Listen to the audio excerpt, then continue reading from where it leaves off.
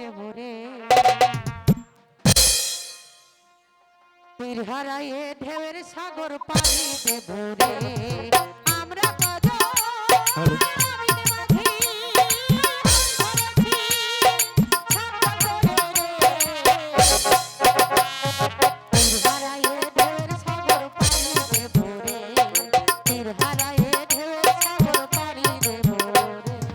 Hello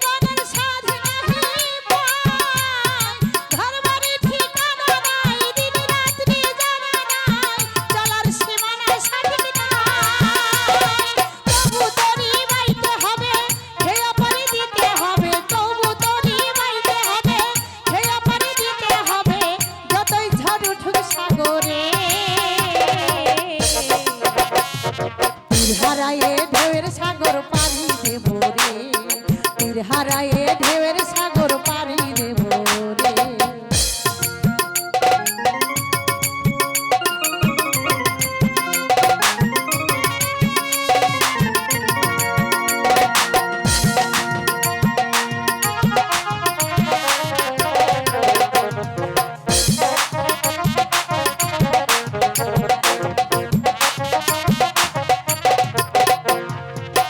জীবনের রঙ্গ মঞ্চ টানে না ফুলেরাও গন্ধ কেমন জানে না তারারও জ্যোৎস্না চোখে পড়ে না ফুলেরা কভু ভুলে দেখে না জীবনের রঙ্গ মঞ্চ টানে না ফুলেরাও গন্ধ কেমন জানে না জোছনার রৌদ্র চোখে পড়ে না দেখে না ওই শখের ওই প্রবল ঝড়ে আকাশ যখন ভেঙে পড়ে ঝড়ে পালারও ছিঁড়ে যায় ও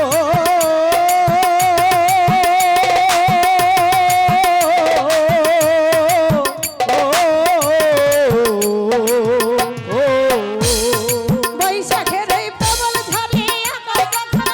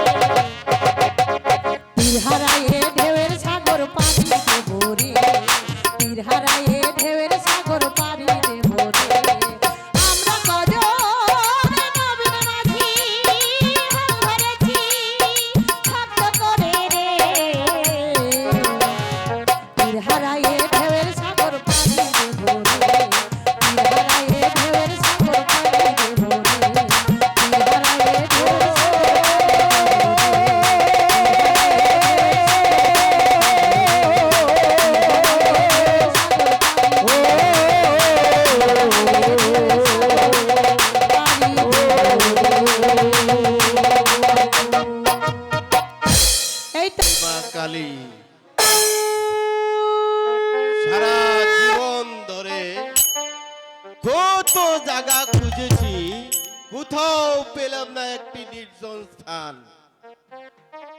বেশ, এখানে বসেই আমার পূর্ণ করব 12 বছরের সাধনা। জয় শিব শম্ভু, জয় মা কালী। ওই ওই একটি নির্জন বন দেখা যাচ্ছে। হ্যাঁ, আমি সেখানে গিয়ে আশ্রয় নেব। আগো ঠাকুর, তুমি আমাকে রক্ষা করো। ঠাকুর, তুমি আমাকে রক্ষা করো এই দুঃখ যন্ত্রণার হাত থেকে। তুমি আমাকে রক্ষা করো ঠাকুর। রে তুই নরধম, আমার ধ্যান ভঙ্গ করলি। 12 বছরের সাধনা পূর্ণ হতে বাকি ছিল একটি দিন। দিলি না আমার সাধনা পূর্ণ হতে। আমি তোকে দিলাম অভিশাপ।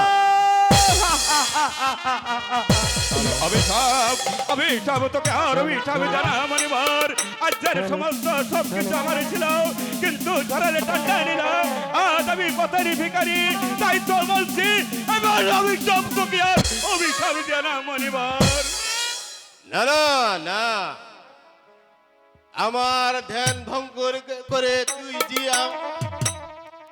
তুই যে পাপ করেছিস, তার ফল তোকে ভোগ করতেই হবে। তাই আমি তোকে দিলাম অভিশাপ। তোমার তোমার অভিশাপের অনলে পড়ে আর আমাকে নিঃসঙ্গ করো না মানিবার, আর আমাকে নিঃসঙ্গ করো না। আরে নরধম, এ আমার ব্যাগ বাক্য।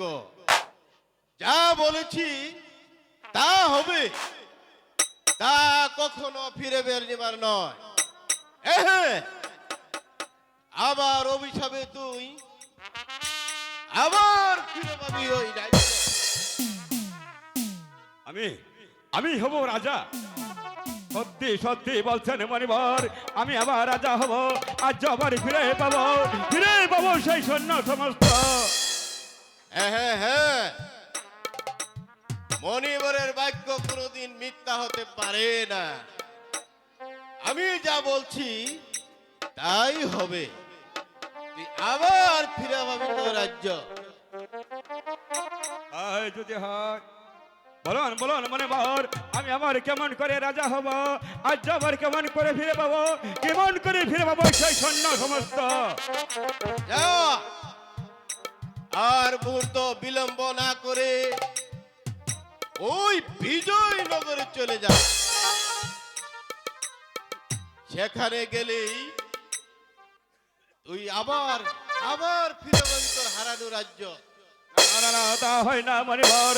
আজা বিজয় সিংহ যে আমার পরম শত্রু, ওই উদয়পুর দখল করে নিয়ে আমাকে হত্যা করার জন্য তার সৈন্যরা খুঁজছে। তার সৈন্যরা আমাকে পেলে হত্যা করবে মানিবার, হত্যা করবে। না রে না, সত্য কোনদিন চিরদিন থাকে না। আজ যে তোর শত্রু, সে একদিন হবে তোর মৃত্যু। তখন আমার অভিশাপে এই তোর হবে, এই তোর ভাগ্য তুলে দিবে। তাই যদি হয় মানিবার, তাই যদি হয় মানিবার, তাই যদি হয় মানিবার, তাই যদি হয় মানিবার, আমি আপনার অধিশাপকে আশীর্বাদ ধরে মাথায় তুলে এই মুহূর্তে ছুটে যাব ওই বিজয়নগর অভিমুখে। আপনি আপনি আমার আশীর্বাদ করুন মানিবার, আশীর্বাদ করুন। না না না, এখানে থাকলে ওই সব আবিষ্কারা আমার সাধনা পূর্ণ হতে দেবে না। তাই আমি যেভাবে হোক এই স্থান থেকে অন্য স্থানে চলে যেতে হবে। হ্যাঁ, অন্য স্থানে যেতে হবে। জয় শিব শম্ভু, জয় মা কালী।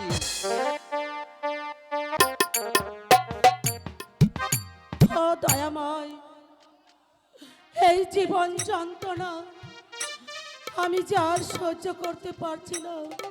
তুমি আমাকে পথ বাঁকিয়ে দাও। রাজরানী হয়েও আর আমার শান্তি নেই।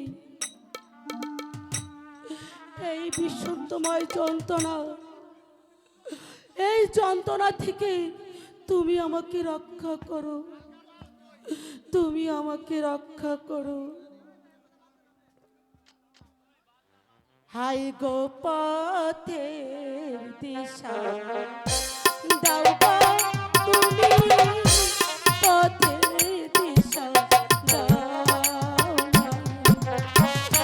ভগবান তুমি আমার পথের দিশা দাও, নাহলে আমি কোথায় যাব আর আমি কি করব?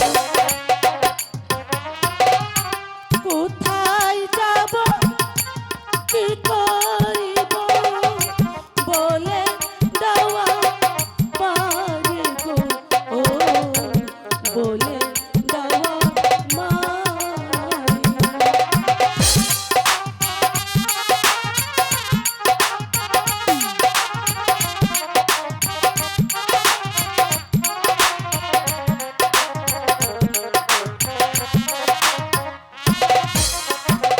হাই গো কোথায় গেলে পাবো আমি আমার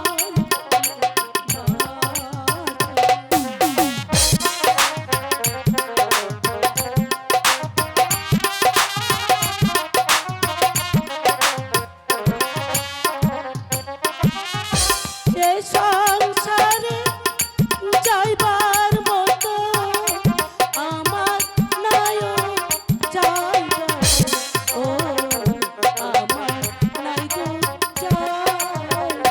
না না, আমি এই জীবন যন্ত্রণা সহ্য করতে পারছি না। আমি কি করে কোথায় যাব কি করব আমি ভেবে পাচ্ছি না। হে ভগবান তুমি আমাকে বলে দাও, তুমি আমাকে বলে দাও। আমি যার সইতে পারছি না, আমি কি করব? আমি যাব ওই নদীতে ঝাঁপ দিয়ে মরতে। ওই দেখ প্রলয়, কি সুন্দর একটা হরিণী জল এসে জল পান করছে। আমি তাকে শিকার সত্য হনুমান ওটা যে হরিণী নয়, ওটা মানবী। মানবী মানবী এমন মানবী আমার মনে হচ্ছে অন্ধকারের মাঝে এক ঝলক আলোর কিরণ নেমে আসছে। চলুন মহারাজ, আমরা তাকে একটু অগ্রসর হয়ে দেখি। আর কি নামে তো রাগত, আর কি কারণে বা এমন গভীর বনে প্রবেশ করলো? পরিচয় বাসন্তী, পরিচয় পরিচয় বলতে আমার দুয়ার মতন কিছুই নেই। আমি যে এক পথের কাঙ্গালিনী, তবে এই জঙ্গলে থেকে থেকে ভিক্ষা করে আমার জীবিকা আমি বহন করি। মহারাজ মেয়েটিকে দেখে মনে হচ্ছে এই কোন রাজকন্যা হতে পারে। আর ভাগ্যের নির্মম পরিহাসে সেই তো হয়তো তাই আজ বনবাসী। আমিও তাই ভাবছি প্রলয়। ওই চেষ্টা করে দেখো ওকে প্রাসাদে নিয়ে যায় কিনা। আচ্ছা রমণী, এই পরিচয় দেওয়ার মতো যখন তোমার কিছু নেই, তাহলে আমাদের মহারাজ অবিবাহিত। যদি তোমার কোনো আপত্তি না থাকে তাহলে আমাদের মহারাজ আপনাকে শাহী মহলে রানীর মর্যাদাতে শাহী মহলে নিয়ে যেতে চায়। সত্যি বলছেন? শাহী মহলে, ওই শাহী মহলে আপনি আমাকে নিয়ে যাবেন মহারাজ? আমার সাথে অহতাই কিসের জন্য ঠাট্টা করছেন মহারাজ? আরে সুন্দরী, ওই মহারাজ হওয়া সত্ত্বেও এমন সুন্দরী রমণী আর কোনোদিন আমি দেখিনি। তাই আজ রানীর মর্যাদা দিয়ে আজ প্রাসাদে নিয়ে যেতে চাই। তাতে তুমি কি রাজি? মহারাজ, আপনি যখন আমাকে মহারাজে নিয়ে যাবেন তাহলে আমি রাজি। কি ভাবছো নারী? ভাবছি আমার ভবিষ্যৎ, ভাবছি আমি আমার সুখ। ভেবে কি সিদ্ধান্ত নিয়েছ? সিদ্ধান্ত? আপনার প্রস্তাবে আমি রাজি মহারাজ।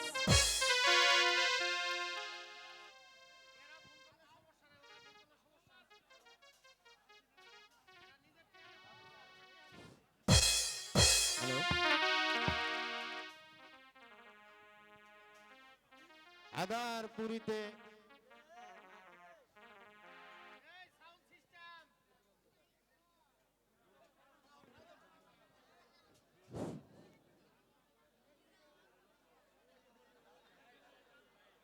চাও ঠাকুর?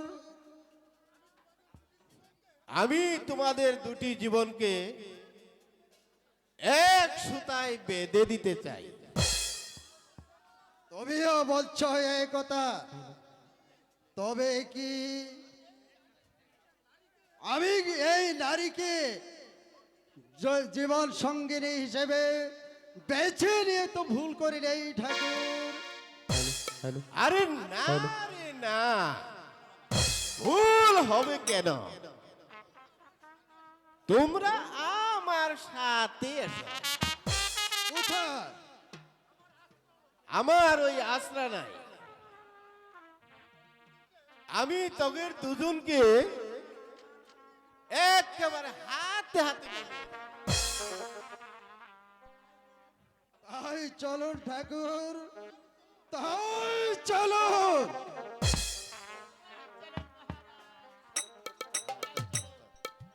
প্রস্তাব আসেন, আমার সাথে আসো। কে কে তুমি? আমি হ্যাঁ? আমি হচ্ছি রতন কুমার। ও দাদা ভাই, হ্যাঁ, আমি তোমারে একটু বিয়ে করাই দিবে চাইতাছি। না না, আজ কতদিন হলো পিতা গিয়েছে শিকার করতে, আজও পর্যন্ত যে সে ফিরে আসছে না। আমি প্রাসাদে একা একা আর যে কিছুতেই থাকতে পারছি না। যাই হোক, মন্ত্রী মশাইকে বলে আমি আজই পিতার সন্ধানে লোক পাঠাবো। এখন আমি প্রাসাদে যাই।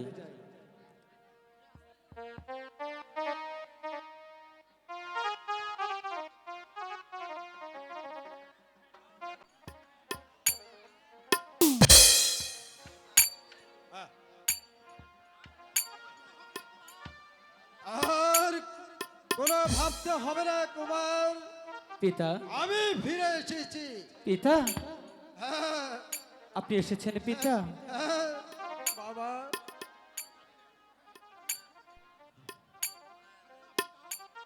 একই পিতা, উনি কে? ওনাকে তো চিনতে পারলাম না। উনি হচ্ছে বিজয়নগরের রাজরানী, মানে তোমার মা। পিতা, মা? আমার মা? আমার সেই হারিয়ে যাওয়া মা? মা, তুমি এতদিন কোথায় ছিলে মা? আমি তোমার দাদুর বাড়িতে ছিলাম। আচ্ছা আচ্ছা মা, তুমি আমাকে ছেড়ে আর কোথাও যাবে না বলো? না বাবা, তোমাকে ছেড়ে আর কোথাও যাব না। জানো মা, তোমাকে ছেড়ে থাকতে আমার যে খুবই কষ্ট হয়েছে। মা, আমি তাহলে তোমাকে একবার প্রণাম করে নেই।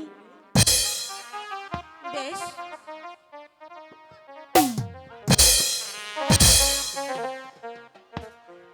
মা, আর আমাকে তোমার প্রণাম করতে হবে না। রানী! চুপ করুন। ও দয়াময়! ও দয়াময়! ও দয়াময়, হে আমি কি দেখছি? আমাকে কি বলেছিল আর কি হলো? রানী! চুপ করুন বেঈমান মহারাজ। এসব কি বলছো? ঠিকই বলছি রাজা। আপনি তখন তো বলেছিলেন আপনি অবিবাহিত, এখন আপনার ঘরে কিভাবে একটি পিতা, পুত্র এলো? এ কি বলছো পিতা? রানী! তুমি তুমি শান্ত হও রানী, বলবো, আমি তোমাকে সব কিছু খুলে বলবো। থাক থাক, আর আমাকে কিছু বলতে হবে না, আমি সবই বুঝতে পেরেছি। যান যান মহারাজ, আপনি এখন এখান থেকে চলে যান, আমাকে একটু বিশ্রাম নিতে দেন। তাই যাচ্ছি রানী, তাই যাচ্ছি। এসো বাবা রতন, পিতা, এসো, আমরা প্রাসাদে ফিরে যাই। তাই বাবা। চলুন পিতা, তাই চলুন। বেঈমান, বেঈমান, বেঈমান! আমার সাথে এত বড় প্রতারণা আমি কিছুতেই মেনে নেব না। আমিও এই বেঈমানের প্রতিশোধ কিভাবে নিতে হয় তা আমার জানা আছে। এত যন্ত্রণা আমি কিছুই মেনে নিতে পারছি না। কে আছে আমার এই যন্ত্রণা থেকে মুক্ত দিতে? আমি তো কিছুই ভেবে পাচ্ছি না। আমি এখন কি করব, কোথায় যাব? যেইভাবে হোক এই প্রতিশোধ আমাকে নিতেই হবে।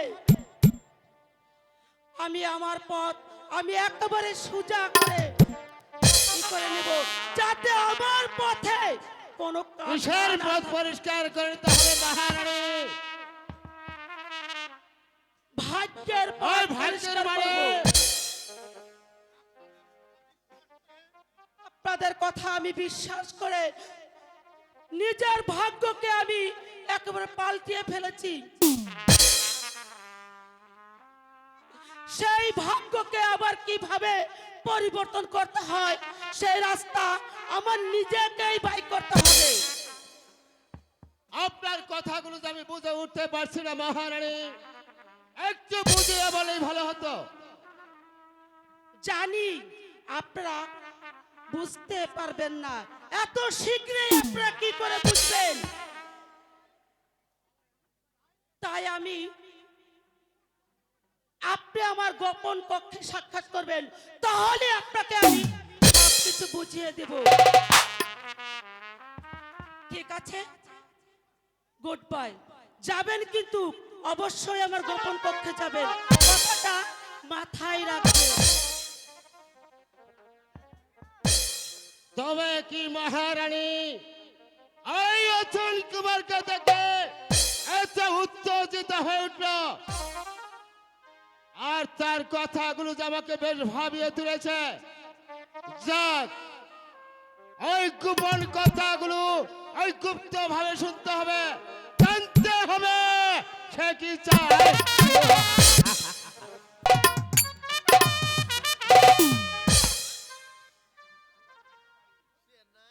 মন্ত্রী এবার আদেশ করুন জাহাবানা।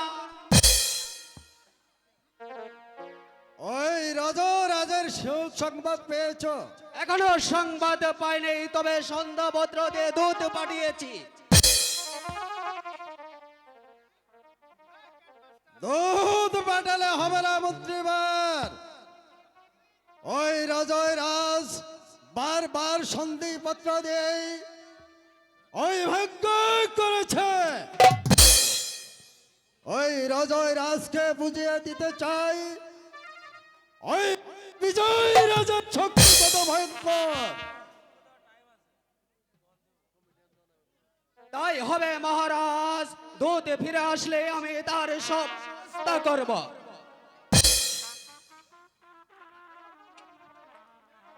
আমি ফিরে এসেছি মহারাজ। বলো কি সংবাদ? এবারও অজয় রাজ সন্ধি পত্রকে অপমান করেছে। কি বললে তুমি? ওই সন্দর্ভ পত্রিকায় অপমান করেছে। শুধু তাই নয় মহারাজ, তিনি আরো বলেছেন পুনরায় যদি কোনো দূত অজয় রাজপ্রাসাদে প্রবেশ করে তাকে হত্যা করা হবে। কি?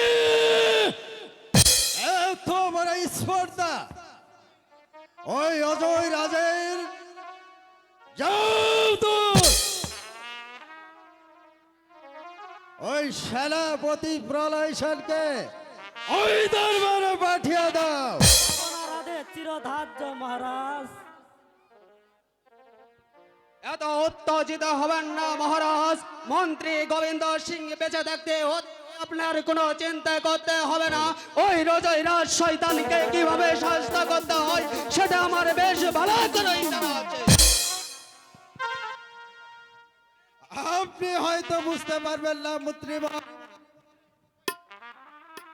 সেই শয়তান অজয় রাজ আমার প্রত্যেক জায়গায় আগুন বারবার করে আগুন জ্বালিয়ে দিয়েছে। ও চিরে তুমি পাল্টা জবাব না দিতে পারলে তবে কিছুদিন থাকবে না।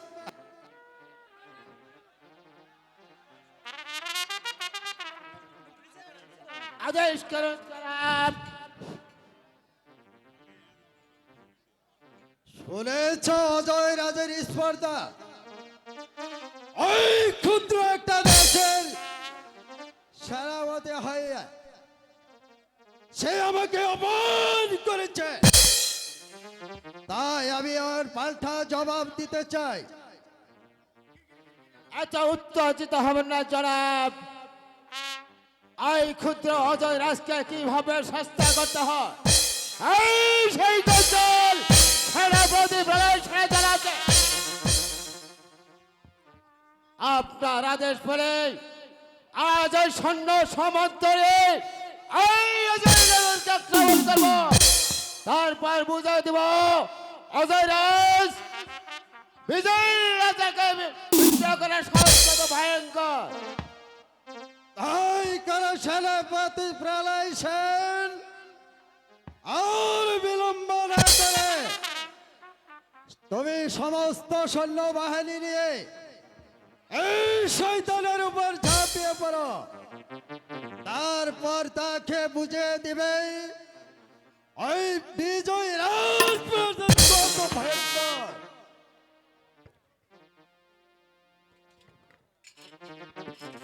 আজ এই তরবারি স্পর্শ করে বলছি, এই সেনাপতি প্রলয় সেনের উন্মুক্ত তরবারির সম্মুখে যে শয়তান এসে দাঁড়াবে তাদেরকে একটি একটি করে ধরে আর ছিন্ন মণ্ড কেটে আপনার যতটুকু পারতে না পারে। সাব্বাস প্রলয়, তবেই হবে তোমার বীরত্বের পরিচয়।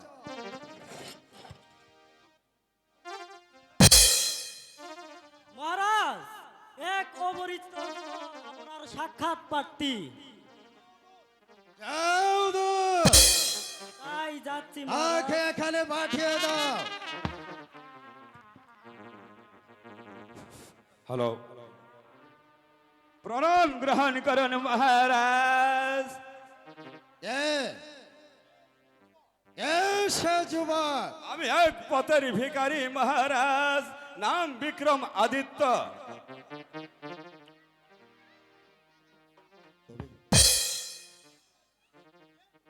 কে তুমি আগত? কি তোমার অভিযোগ? উদ্দেশ্য তেমন কিছু নেই মহারাজ, আমি ছুটে এসেছি আপনার কাছে দু মুঠি অন্নের জন্য।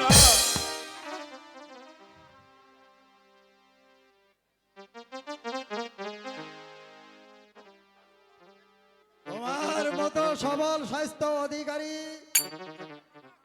ওই বিনয় কাজে কেউ খেতে দেবে না। আচ্ছা যুবক, তুমি অস্ত্র পরিচালনা করতে পারো? অর্থ পরিচালনা আমি পারদর্শী মহারাজ। অস্ত্র পরিচালনা তুমি পারদর্শী, তবে কি পারবে সেনাপতি প্রলয় সেনের সঙ্গে? চেষ্টা করবো মহারাজ। মন্ত্রী মহারাজ, আদেশ করুন জাহাপনা।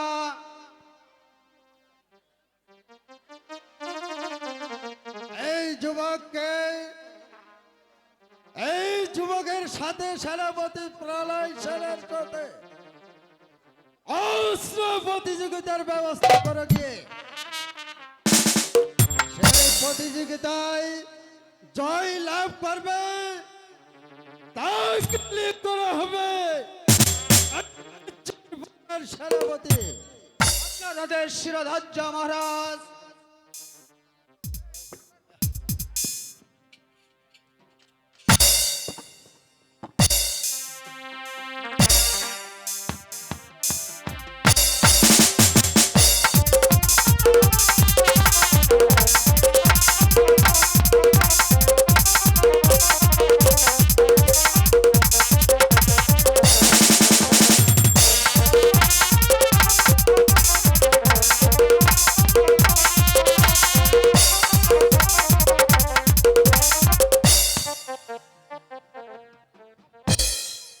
সাব্বাস যুবক, তোমার যুদ্ধ কৌশল দেখে আমাকে মুক্ত করে তুলেছে।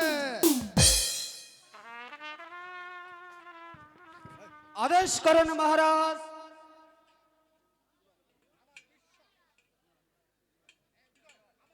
আমার বিশ্বাস ওই বিক্রমী পারবে ওই অজয় রাজকে পূর্ণ শিক্ষা দিতে। তাই আজ থেকে এই হবে এই রাজ্যের প্রধান সেনাপতি।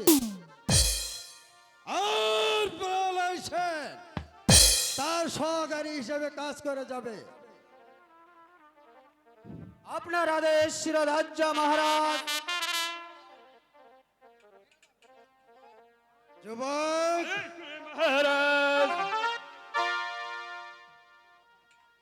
আমার একমাত্র পুত্র অতল কুমারকে তুমি ভালো করে যুদ্ধ কৌশল শিখিয়ে যেন ভবিষ্যতে যুদ্ধ হিসেবে অর্জন করে খেতে পারে। আপনার আদেশ আমার শিরোধার্য মহারাজ। তাই চলো যুবক, তোমার বিশ্রাম কক্ষে চলে যায়। তাই চলুন হয় মহারাজ। চলুন মহারাজ।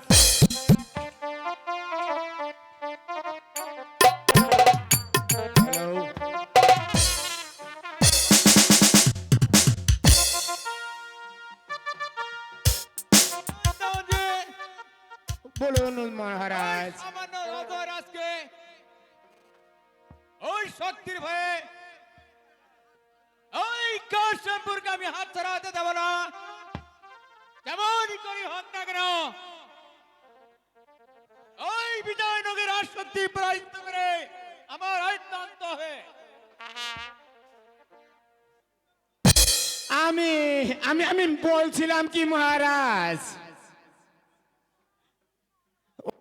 ওই বিজয়নগরের রাজশক্তির কাছে আমাদের এই ক্ষুদ্র রাজশক্তি বেশিক্ষণ টিকে থাকতে পারবে না মহারাজ।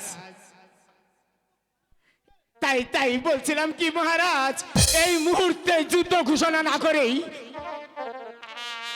আর কিছুদিন অপেক্ষা করাটাই একটু ভালো হবে। আমাদের রাজশক্তির কাছেই আরো কিছু কৌশল শিখিয়ে শক্তিশালী করে নিয়ে তারপরে যুদ্ধ করলেই ভালো হবে বলছি। না না দেওয়ানজি, আরে বলে নি তাহলে বুঝবে অজয় বিজয় এমন ভাবনা ভাববে আর ভয়ে আমি পিছিয়ে গেছি। এই সুযোগ তাকে দেওয়া হবে না মহারাজ। সেনাপতি বিভীষণ আদেশের অপেক্ষায় থাকে না মহারাজ, আমি সম্পূর্ণ প্রস্তুত। আব্বাস বিভীষণ, সেই জন্যই তো তোমাকে আমি সেনাপতি পদে নিয়োগ করেছি। ওই যুদ্ধে আমি তোমার বীরত্বের পরিচয় দিতে চাই। ঠিক আছে মহারাজ, আজ আমি এই অজয়নগর রাজ দরবারে দাঁড়িয়ে এই দরবার স্পর্শ করে প্রতিজ্ঞা করে বলেছি, আমি যদি আপনার ওই চিরশত্রু বিজয়ী রাজের সৈন্যদের একটি একটি করে ধরে ওই জওয়ানের দুয়ারে পৌঁছাতে না পারি, তবে আপনার দেওয়া সম্মানিত দরবারই আপনার দরবারে ফেরত দিয়ে আমি চির বিদায় নেব মহারাজ, আমি চির বিদায় নেব। যাও যাও যাও, তোমার কাজের সাথে গর্জনের কোনো প্রয়োজন আসে না। তাই চলুন দেওয়ানজি, আমি জানি সেনাপতি বিভীষণ অস্ত্র পরিচালনায় যেমন পারদর্শী তেমন দক্ষ।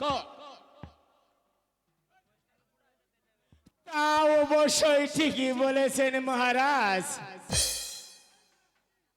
তাই আমি একটু ভাবছিলাম কি মহারাজ,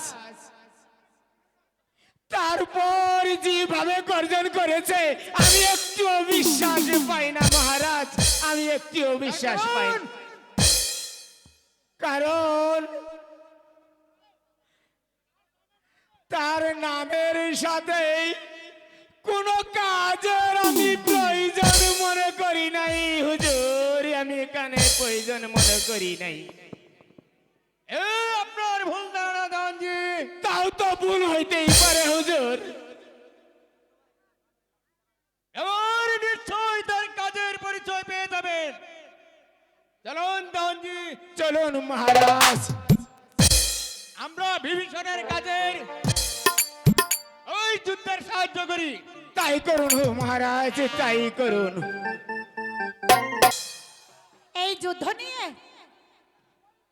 আজ প্রাসাদে সবাই মেতে উঠেছে। আমি বললাম আর এই ময়না, আরে তুই বল না ময়না, কি হয়েছে? এই যুদ্ধের মাঝে মনে কি শান্তি পাওয়া যায় বল ময়না? তা অবশ্যই পাওয়া যায় না সই। যে যুদ্ধ নিয়ে রাজা পান্ডারা এই রাজ্যে গড়ে উঠেছে, তাই তো তোমার পিতা এই যুদ্ধ নিয়ে মেতে উঠেছে। আমার কিন্তু যুদ্ধ টুদ্ধ মোটেই পছন্দ না, কারণ পৃথিবীতে যখন এসেছি তখন আনন্দ আর উৎসব নিয়ে মেতে থাকবো, তা নাকি সব যুদ্ধ টুদ্ধ ভাল লাগে না। ছাই ঠিকই বলেছে সখী, বুঝেছিস সই? কি এই যুদ্ধের নাম শুনলেই আমার না একেবারে গাও চলে যায়। আমারও তাই, আমারও ভাল লাগে না যুদ্ধ। চল সই, আমরা একটু আনন্দ ফুর্তি করে। ঠিক আছে সই, চল। ওই আকাশ থেকে চেয়ে নেব আমি চাঁদের নীলিটি, তাই নাকি? ওই তারার সাথে কইব কথা, বাবা আমি জলে জনকি কৃষ্ণ চূড়া জানে। মেঘের কাজলে ওই আমি সাজিয়ে রাখবো তারে মনের ময়ূর মহলে ওই আমি সাজিয়ে রাখবো তারে মনের ময়ূর মহলে আকাশ থেকে চেয়ে নেব তাদের নীলকি তারার সাথে কইব কথা গেলে জোনাকি কৃষ্ণ চূড়াহার রাগে মেঘের কাজলে সাজিয়ে রাখো তারে মনের ময়ূর মহলে ওই সাজিয়ে রাখো তারে মনের ময়ূর মহলে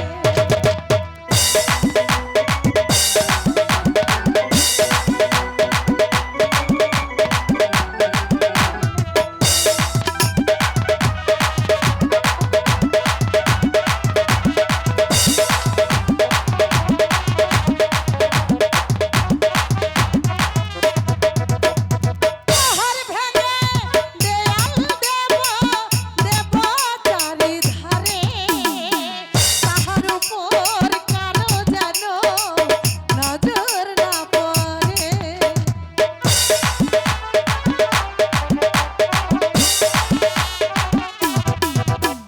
পাহাড় ভেঙে দেয়াল দেব চারিধারে তাহার উপর যেন কারো নজর না পড়ে কৃষ্ণ চূড়াহার রাগে মেঘের কাজলে ধন্য হতো এ জীবন তাহারে কাছে পেলে ওই আমার ধন্য হতো এ জীবন তাহারে কাছে পেলে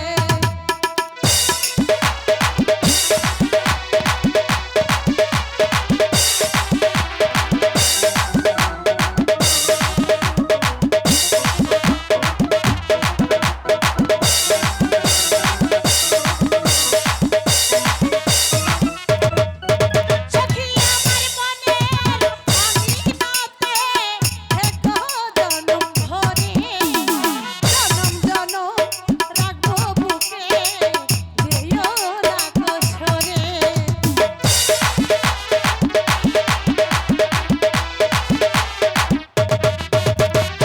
আমার মনের আঙিনাতে থেকো জনম ভরে জনম জনম রাখবো কাছে দেব না করেতে কৃষ্ণ চূড়াহার রাগে মেঘের কাজলে ধন্য হতো এ জীবন তাহারে কাছে পেলে ওই আমার ধন্য হতো এ জীবন তাহারে কাছে পেলে আকাশ থেকে চেয়ে নেব চাঁদের নীলকি তারার সাথে কইব কথা গেলে জোনাকি কৃষ্ণ চূড়াহার রাগে মেঘের কাজলে সাজিয়ে রাখবো তারে মনের ময়ূর মহলে ওই আমি সাজিয়ে রাখবো তারে মনের ময়ূর মহলে ওই আমি সাজিয়ে রাখবো তারে মনের ময়ূর মহলে ওই আমি সাজিয়ে রাখবো তারে আমার মনের ময়ূর মহলে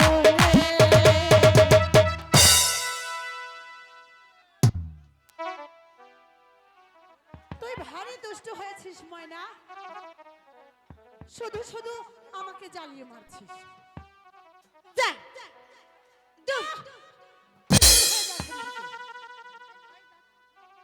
কিন্তু তাই যাচ্ছিস ওই আজ আজকে সখীকে সরিয়ে দিচ্ছ আর দুদিন পরে তোকে আমাকে আবার ডাকতে হবে কিন্তু তাই বুঝি তাই বলছি ইস কি আমার মনের মানুষ রে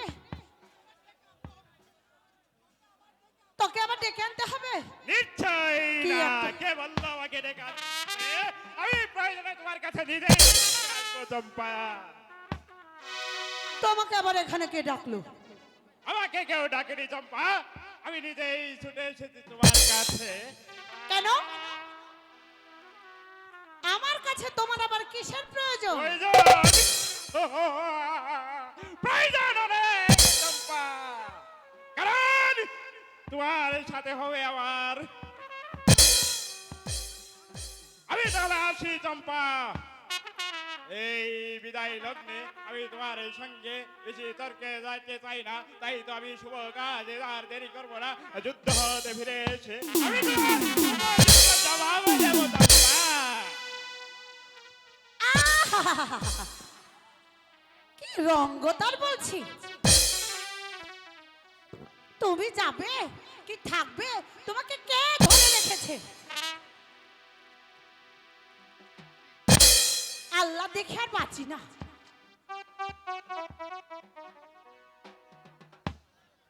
ভাল লাগে না ছাই।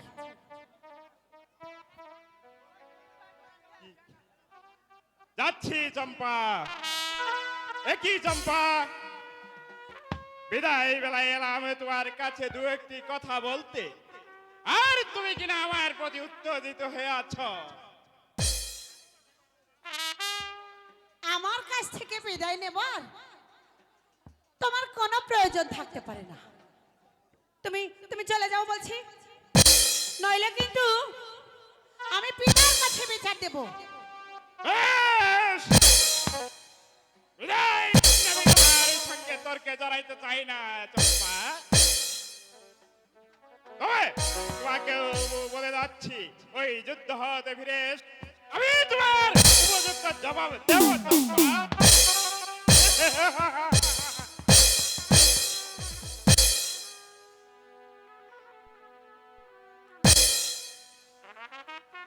কি শখ উনি নাকি আমাকে বিয়ে করবে।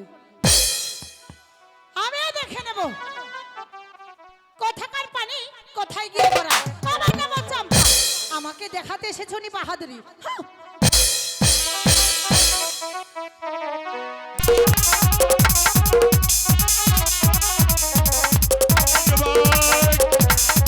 বিক্রম দা, চমৎকার যুবক, অর্থ পরিচালনায় তুমি বেশ এগিয়ে গেছো। ও চিরাই তুমি অর্থ শিখতে পারবে। বিক্রম দা, আমি কি পারবো? আমি যে আপনার মতো একজন যোদ্ধা হতে চাই বিক্রম দা। যুবক, তাই হতে হবে, কারণ আমার মন বলছে ও চিরাই ভীষণ ঝড় উঠবে। সেই ঝড়ের ঠান্ডা নিলা আজা হারাবে রাজ্য, পিতা হারাবে সন্তান, সমস্ত দুনিয়াটা উলট পালট হয়ে যাবে। তখন তখন কেউ কাউকে রক্ষা করবে না, তখন কেউ কাউকে রক্ষা করবে না।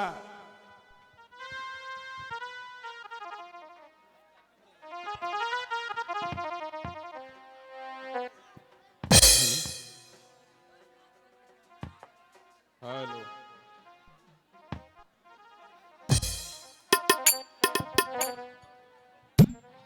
Hello, hello.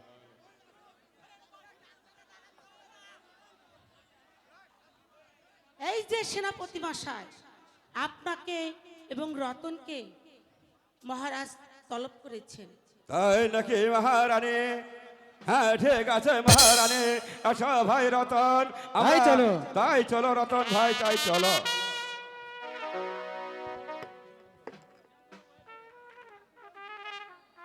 বিজয় সিংহ, তুমি আমার সঙ্গে এমন প্রতারণা করেছো তা আমি কোনোদিনও ভাবতে পারিনি। আমিও বাসন্তী,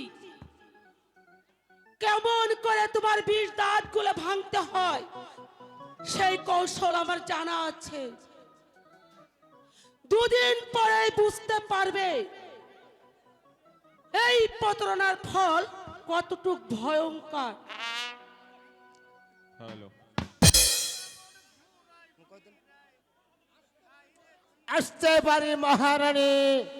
হ্যাঁ আসুন। আমি যে এতক্ষণ আপনার অপেক্ষায় করছিলাম। এবার বলুন মহারানী, আমাকে কি প্রয়োজন? প্রয়োজন? হ্যাঁ প্রয়োজন। হ্যাঁ হ্যাঁ, অনেক প্রয়োজন। তাই বলুন, আমাকে আপনার কি প্রয়োজন? গোপনীয় কথা গোপন কক্ষেই বলতে হয়। তবে শুনুন, আপনাকে কেন স্মরণ করেছি জানেন? যেদিনকে আপনি এবং মহারাজকে আমি যে ভুল করেছি, তবে কিন্তু ভালো কিন্তু বেসেছিলাম আপনাকে। মহারানী, হ্যাঁ হ্যাঁ সেনাপতি মশাই, কিন্তু আপনার কথা রেখে, আপনাকে প্রথম দেখে কেন যেন আমি আপনার মাঝে হারিয়ে গিয়েছি। তাই তো আমার বাসনাকে আপনার কাছে তপ্ত করার জন্যই আমি আপনাকে গোপন কক্ষে ডেকেছি। না না না মহারানী, তা কিছুতেই হতে পারে না। আমি যে মহারাজের বেতন মুক্ত কর্মচারী, আমি মহারাজের সাথে এত বড় বেইমানি করতে আমি পারবো না। আপনি আমাকে ক্ষমা করে দিন মহারানী, আপনি আমাকে ক্ষমা করে দিন। এই মহারাজ যদি এই কথা জানতে পারে, তাহলে আমাদের দুজনকে কিবার হত্যা করবে। না সেনাপতি মশাই, মহারাজ আমাদেরকে হত্যা করার মোটেই সুযোগ পাবে না। বলুন, আমরাই তাকে হত্যা করব। আমাদের চলার পথ একবারে পরিষ্কার। আপনি কি বলছেন মহারানী? আমি ঠিকই বলেছি সেনাপতি মশাই। যে উদ্দেশ্য নিয়ে আমি এই রাজপ্রাসাদে এসেছি, সেই উদ্দেশ্যকে হাসিল করতেই আমার একমাত্র কামনা।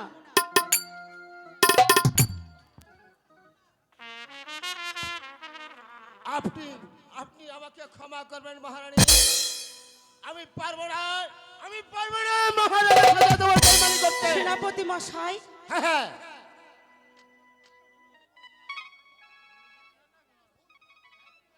আপনি আপনি ভুল করছেন সেনাপতি মশাই। ফুটান্ত গোলাপকে হাতে পেয়ে এইভাবে দূরে সরিয়ে দেওয়া ভালো হবে না। আপনি ব্যাপারটা বুঝছেন না। মহারানী, মহারানী নয়, বলুন বলুন বাসন্তী, শুধুই বাসন্তী। বাসন্তী? হ্যাঁ, শুধুই বাসন্তী। আজ হতে বাসন্তী আর ওই শয়তান বিজয় সঙ্গকে আজ হতে বাসন্তী নয়, আজ হতে আমি তোমার বন্ধু।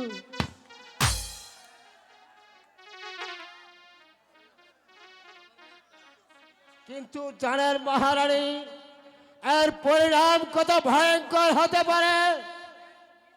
সেই ব্যবস্থা আমি করব। আপনি শুধু আমার কথায় কাজ করে যাবেন, তারপর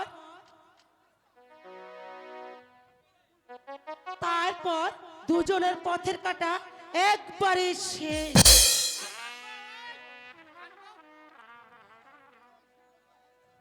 মহারাজ বিজয় সিংহকে হত্যা করে এই বিজয়নগরের সিংহাসনে বসবে আপনি, আর আমি হব আপনার রানী। এবার বলুন, আপনি কি আমার প্রস্তাবে রাজি? আমি রাজা হব। আমার রাজা সেই রাজ্যের প্রজারা উঠে বসে করবে। হ্যাঁ, এটাই তো সুবর্ণ সুযোগ। আজ বিজয় সিংহ, তুমি আমাকে যেদিন অপমান করেছো, এই সেনাপতির থেকে একেবারে নিচে নামিয়ে দিই আমাকে যে অপমান করেছো, আর চরম প্রতিশোধ এবার সুবর্ণ দাঁড়ান, আমি আপনাকে প্রথম দেখাতেই আমি কি দিয়েছি জানেন? জানেন না? তাহলে বলি শুনুন। ওরে মনটা সবাই দিতে পারি, আমি তোমার প্রাণটা দিতে চাই। ও যা আমার যা, তুমি ছাড়া জীবনে কেউ না। ও যা আমার যা, তুমি ছাড়া জীবনে কেউ না। মনটা সবাই দিতে পারে, আমি তোমার প্রাণটা দিতে চাই।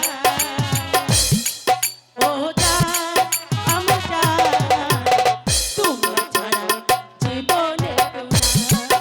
ও যা আমার যা, তুমি ছাড়া জীবনে কেউ না।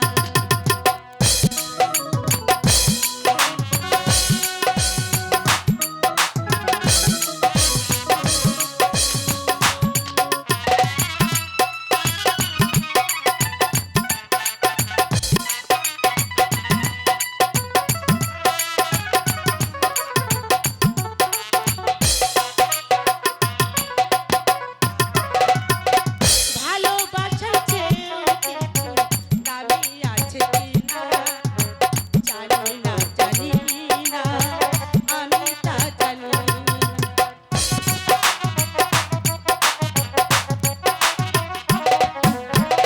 ভালোবাসার চেয়েও কিছু দামি আছে কিনা জানি না, জানি না, আমি তা জানি।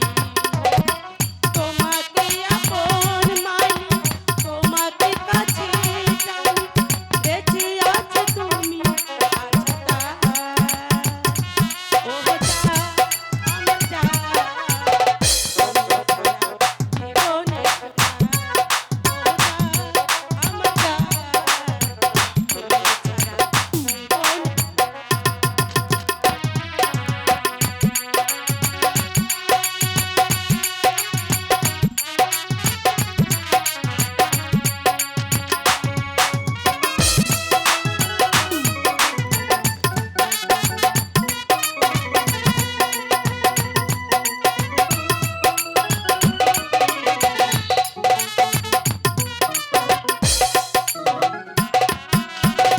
আবার এই পৃথিবীতে যদি আমি আসি, তখন তোমাকে যেন ভালোবাসি।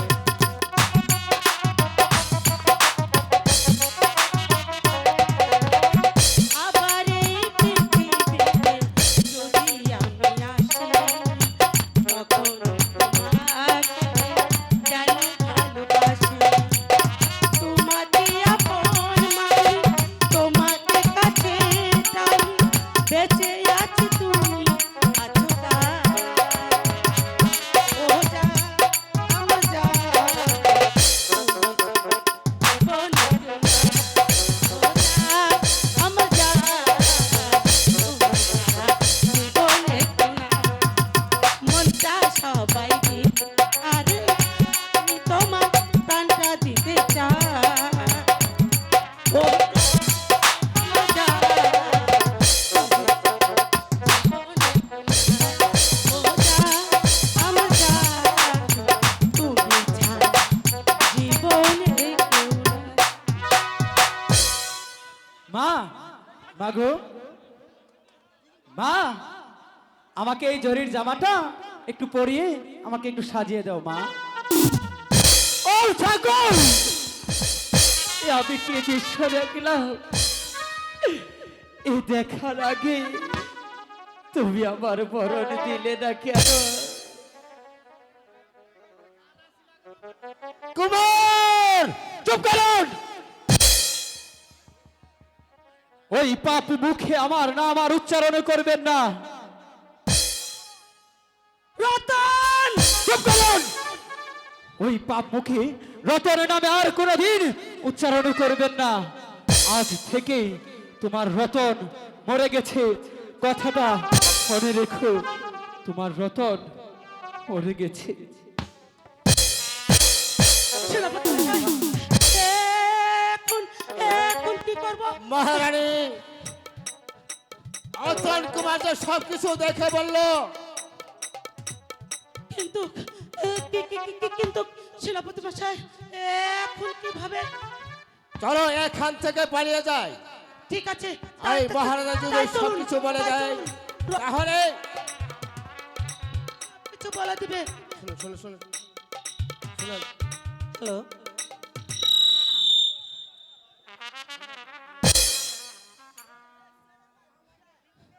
সামান্য বিপদে আপনি আমার পাশ থেকে সরে দাঁড়াবেন, তাই না? তাহলে আপনি আমার কিসের বন্ধু?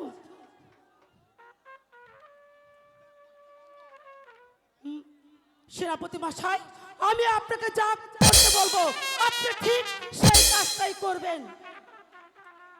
তাই যাচ্ছি মহারানী, তাই যাচ্ছি। ওগো ওগো, কে কোথায় আছো? কে কোথায় আছো? আমাকে বাঁচাও, আমাকে বাঁচাও। আমি এই মুখ আর কাউকে দেখাবো না। বাঁচাও, বাঁচাও, বাঁচাও। না না,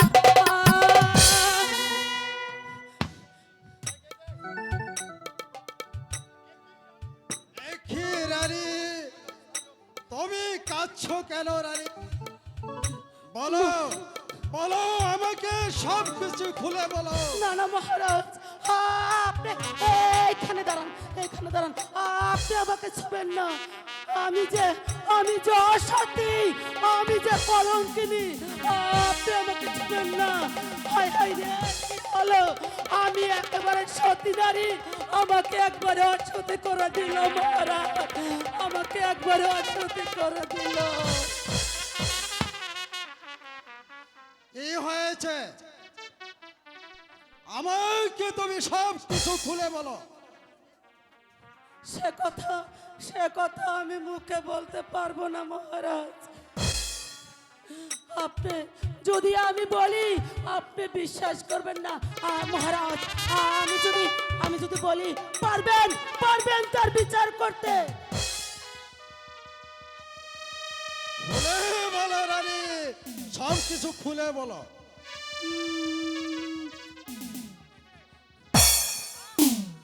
আমার রতন অন্যায় অত্যাচার করে থাকে, আমি তার চরম প্রতিশোধ নেব। সত্যি বলছেন মহারাজ? আর তাকে এমন শাস্তি দেব যা দেখে ওই পৃথিবীর কোন মানুষ অনুভব না করতে পারে।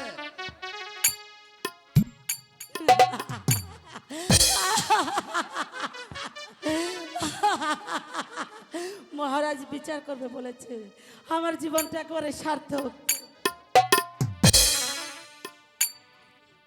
শাস্তি সত্যি সত্যি শাস্তি দিবেন আপনি তাকে? না না মহারাজ, আপনার তাকে শাস্তি দিবেন না, শাস্তি দিব আমি নিজের হাতে। আপনি শাস্তি দিলে আপনার হাত কাঁপবে, আপনার এই বুকটা ধড়ফড় করবে, তাই শাস্তি দিব আমার নিজের হাতে। কারণ সে যে আপনার আপনজন। অবশ্যই আপনজন। ওই ভগবানের নামে দিব্যি করে বলছি, আমি তাকে নির্মম শাস্তি দেব। বলো বলো, কে সে অপরাধী? আপনার রতন।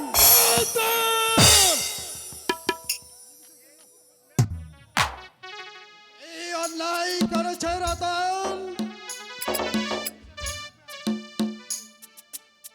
অন্যায় করেছে তাই না?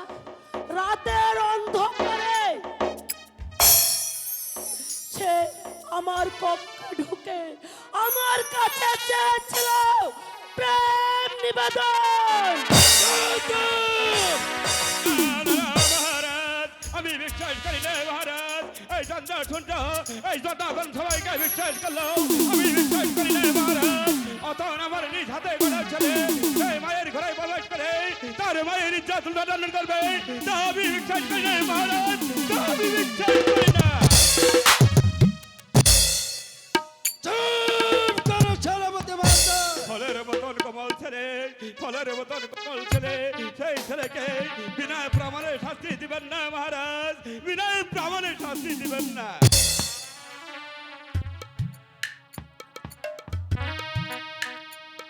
বলো বলো বাসন্তী,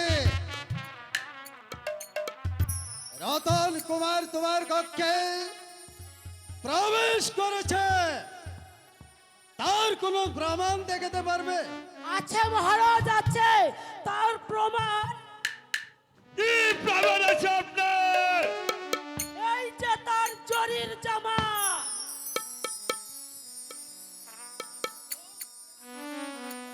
এবার বলুন সেনাপতি মহাশয়, আপনার রতন কোনো অন্যায় করেনি? না না না, ওই পুত্র বলে আমি তাকে ক্ষমা করব না। যে অপরাধ সে করেছে তার শাস্তি তার পেতেই হবে।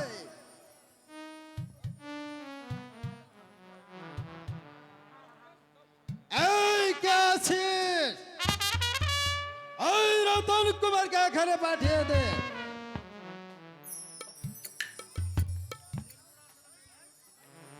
হুজুর, আমাকে কিসের জন্য স্মরণ করেছেন? রতন কুমারকে দরবারে পাঠিয়ে দাও। আপনার আদর্শীয় দায়িত্ব।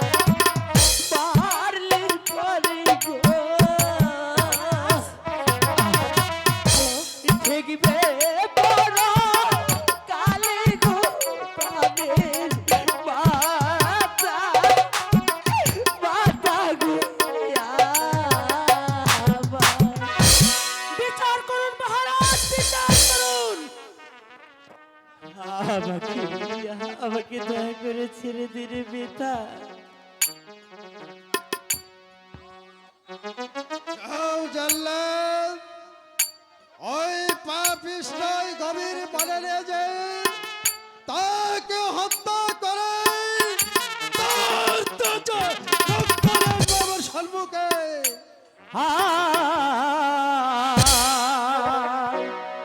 দয়া করে প্রাণের মাতা দয়া করে বলে আমাকে ছেড়ে দিন।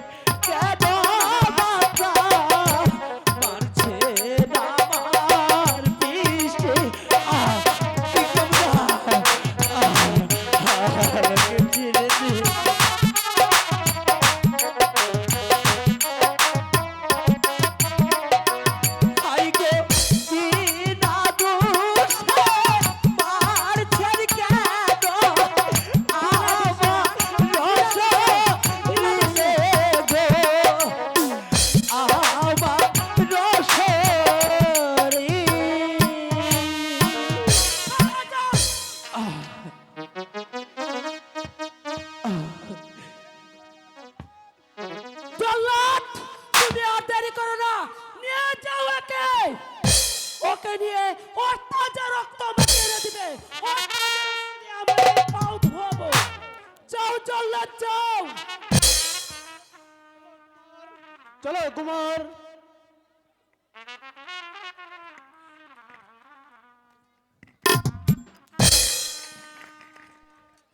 জল্লাদ ভাই, আমাকে একটু সময় দেবে জল্লাদ ভাই। আমি শনিবারের মতো আমি আমার পিতার কাছ থেকে একটু আশীর্বাদ দিয়ে আসি। তাই করো কুমার।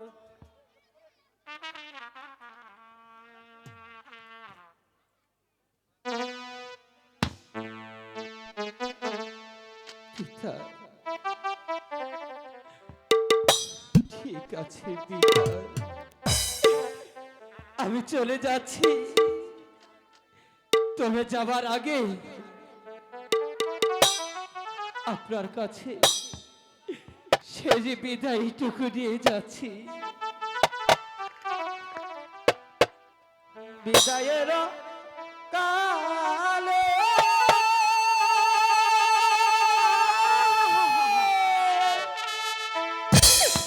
রেখে যাই পিতা,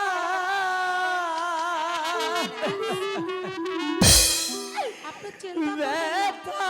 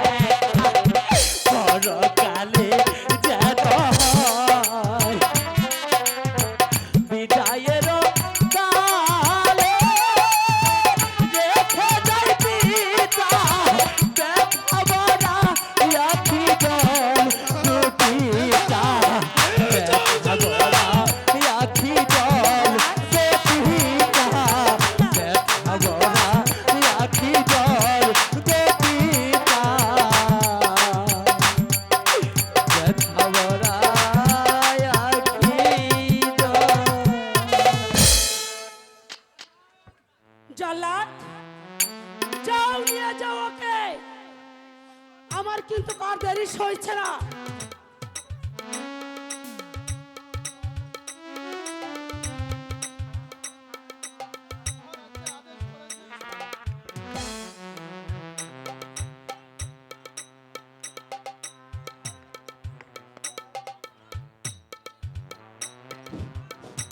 hello hello hello hello hello hello, তাই চলো জল্লাদ ভাই, শত কাঁদলেও আমার যে আর রক্ষা হবে না। চলো জল্লাদ ভাই, চলো তোমার সে